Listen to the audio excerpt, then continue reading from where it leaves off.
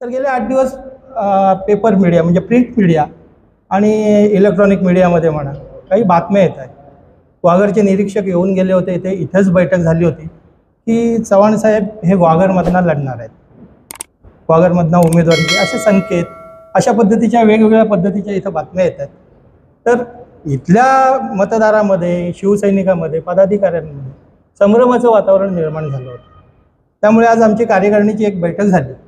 या बैठकीमध्ये तो जो काही संभ्रम आहे तो आम्ही सांगण्याचा, दूर करण्याचा प्रयत्न केला. त्याचबरोबर आत्ता ह्या कार्यकारिणीत झालेली बैठक ही पुढे जाऊन उमेदवारीच्या दृष्टीने चव्हाण साहेब इथूनच इच्छुक आहेत. जो ग्वागरचा विषय येतो आहे तो तुर्तास तरी आमच्या दृष्टीने चुकीचा विषय आहे. कारण इथला शिवसैनिक, इथला पदाधिकारी जो आज या मतदारसंघात गेले 15-20 वर्ष काम करतो आहे, त्यांना वाऱ्यावर सोडून किंवा त्यांना बाजूला करून, तो भगवा बाजूला करून दुसऱ्या मतदारसंघात जाण्याचं मला तरी वाटत नाही चव्हाण साहेबांचा मानस असेल. त्यामुळेच आपल्या सगळ्यांना इथं बोलवले आहे. आमचा जो गेल्या 15-20 वर्षाचा जो क्लेम आहे तो आम्ही सोडणार नाही, ही आमची दावेदारी आहे. गेल्या वर्षात मला वाटतं वर्षभरातच काही बदल झाले. एक नवा पक्ष आमच्या जोडीला आला महायुतीमध्ये. ते आले आहेत, वरचे निर्णय वर होणार आहेत. परंतु आमचा जो दावा आहे या मतदारसंघाचा तो आम्ही सोडणार नाही. आमचं एक मताने सगळं ह्या तालुक्याच्या संदर्भात जी कार्यकारिणी होती ती आज आम्ही सगळे एकत्र जमलो. आणि राहिला प्रश्न, युत्या आघाड्या होत राहतील, पुढे बिघडत राहतील. परंतु अशा वेळेला खालचा शिवसैनिक, खालचा पदाधिकारी याला जबाबदार नसतो. पक्ष जसा जातो तो त्या पद्धतीने जातो.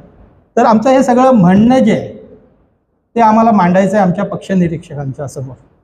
आणि त्यासाठीच जवळजवळ ह्या आठवड्याभरात आम्ही एक निर्धार मिळावा आणि हा जो इथल्या उमेदवारीचा जो विषय आहे तो आम्हाला शिवसेनेला, भगव्याला आणि चव्हाण साहेबांच्या मार्गदर्शनाखाली इथली उमेदवारी आम्हाला पाहिजे, म्हणून आम्ही एक निर्धार मेळावा घेणार आहोत.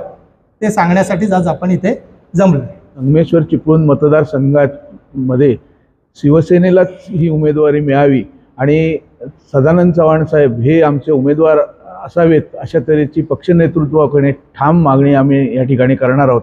आणि गेले अनेक वर्ष बापूसाहेब खेडेकरांपासून आत्तापर्यंत त्या ठिकाणी शिवसेनेनंच या ठिकाणी युतीतून हा मतदारसंघ लढवलेला आहे आणि तो युतीच्या माध्यमातून शिवसेनेकडे राहावा, इथला भगवा हा तशाच तऱ्हेनं कायम टिकवण्यासाठी म्हणून आम्ही सर्व शिवसैनिक त्या ठिकाणी कामाला लागलेलो आहोत.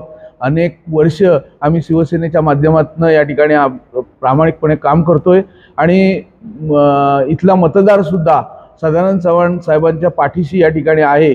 आणि त्यामुळे ही उमेदवारी जी आहे ती उमेदवारी सदानंद चव्हाण साहेबांना मिळावी अशा तऱ्हेची एकमुखानं आम्ही या ठिकाणी मागणी करतोय.